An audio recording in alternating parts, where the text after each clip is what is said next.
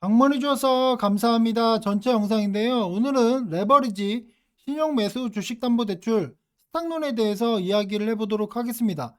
대부분의 방송에서 레버리지에 대해서 잘 설명을 안 해줘요. 왜냐면 너무 위험하기 때문에 잘 이야기를 안 해주는데 저는 좀 설명을 드리도록 하겠습니다. 왜냐면 이게 잘 쓰면 굉장히 큰 돈을 벌 수 있으니까. 그리고 안 쓰더라도 이런 것들이 뭔가 정확히 알고 있는 것이 여러분이 투자를 할 때 큰 도움이 될 거라고 생각합니다. 근데 어떤 분이 저한테 그런 이야기를 하더라고요.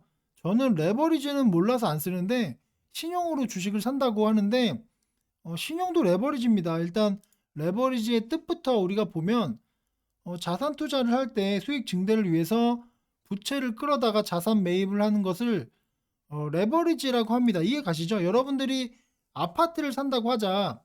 그 아파트를 살 때 은행에서 대출을 받아서 사는 것도 레버리지를 이용해서 사는 겁니다. 그러니까 여러분이 대출 받아서 하는 것들이 다 레버리지라고 생각하면 됩니다. 일단 주식이니까 주식에서는 일단 기본적으로 신용으로 매수하는 경우 레버리지의 종류가 신용으로 매수하는 경우 그리고 주식 담보 대출을 받는 경우 그 스탁론이라는 걸 받는 경우가 있는데 일단 금리부터 보시면 여러분이 신용으로 매수하면 6에서 9%의 이자가 적용이 되고 주식 담보 대출은 이게 돈으로 받는 거기 때문에 조금 더 금리가 비싸요. 한 7에서 10%. 스탁론은 좀 쌉니다. 이거는 한 3에서 5% 정도 됩니다. 그리고 대출 가능한 금액은 신용 같은 경우에는 한 100% 정도. 그러니까 본인이 1억을 투자하고 있으면 1억 정도 주식을 매수할 수 있죠. 물론 1억보다 좀 더 매수할 수 있는데 1억이라고 이야기하겠습니다. 스탁론은 본인이 투자 금액이 1억이 있으면 거의 3억, 3배, 300%를 받을 수 있습니다. 그러니까 1억이면은 3억이니까 4억까지 주식을 매수할 수 있는 거죠. 이해 가시겠죠? 그리고 신용 매수는 당연히 이제 주식으로 받는 거죠. 내가 주식을 신용으로 매수하는 거니까.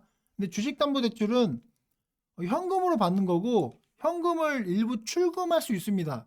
그거는 증권사마다 비율이 다르긴 한데 여러분이 어떤 뭐 갑자기 돈이 필요할 때 주식으로 대출을 받아가지고 현금을 찾을 수 있다는 거죠.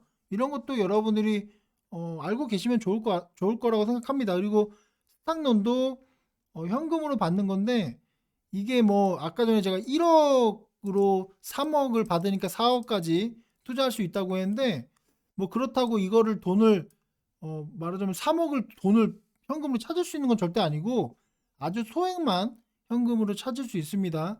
그런 거는 이제 스타노 약정이나 주식담보대출 약정에 따라 다른데 뭐 그렇게 큰 돈을 찾을 수는 없다는 거는 참고하시면 되고 그거는 이제 스탁노 회사나 주식담보대출 증권사에 전화해서 문의하시면 내가 현금을 얼마까지 찾아갈 수 있냐라고 하시면 아마 정확한 답변을 들을 수 있을 겁니다. 그리고 로스컷 반대매 비율은 신용이나 주식담보대출은 140에서 160 정도고 스탁론은 조금 여유가 있죠. 120에서 125 정도가 됩니다.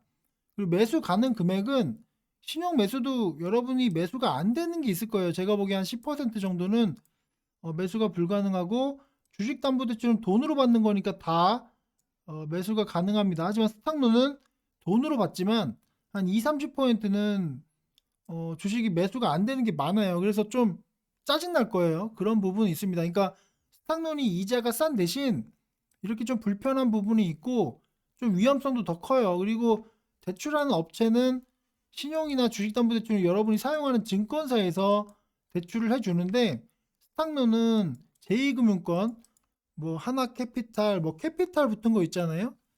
뭐 그런 거나 뭐그 수협 뭐 이런 데서 대출을 해줍니다. 이제 스탁론 같은 경우에는 어떻게 보면 장점은 금리가 싸고 그리고 얘네는 신용으로 안 잡혀요. 여러분이 주식을 신용으로 매수하면은 세력의 타겟트가 될 수 있겠죠. 세력들이 이거 신용으로 매수했네 이런 타겟트가 되는데 스탁론은 신용으로 안 잡히기 때문에 세력들이 그런 걸 캐치하기가 좀 어렵죠. 이해 가시겠죠? 근데 뭐 몇 억 단위로 스탁론을 받아가지고 그 종목 한 종목에 몰빵하면은 세력들이 알아채겠지만 일반적으로 신용으로 안 잡히는 것은 장점이라고 볼 수 있습니다. 그리고 위험성을 가장 우리가 중점을 두고 봐야 되는데 로스컵 비율을 못 맞추면 반대 매매가 나오는 건 둘 다 똑같습니다. 근데 이제 신용이나 주식담보대출이 조금 위험성이 적은 게 로스컵 비율을 못 지킬 때 일부 종목을 매도할 수 있어요. 이게 어떻게 보면 신용이 약간 스탁노보다 위험성이 적은 부분인데, 스탁노는 그냥 다 전부 다 반대 매매 당합니다. 그러니까 일부를 정리하는 게 의미가 없어요. 얘네는 이거래일 후에 현금화를 할 수 있기 때문에 실질적으로 스탁노는 로스컵 비율을 못 지키면 그냥 망하는 거예요. 이해 가시겠죠?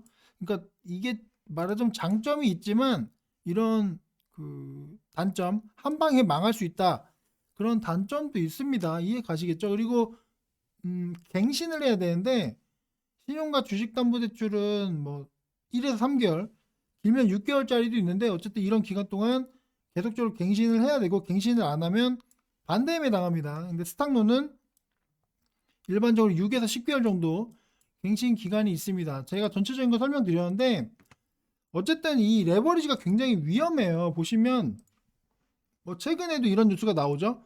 반대매가 6개월 내 최고치다. 이게 이 반대매를 당할 정도면 완전히 거의 망한 거죠.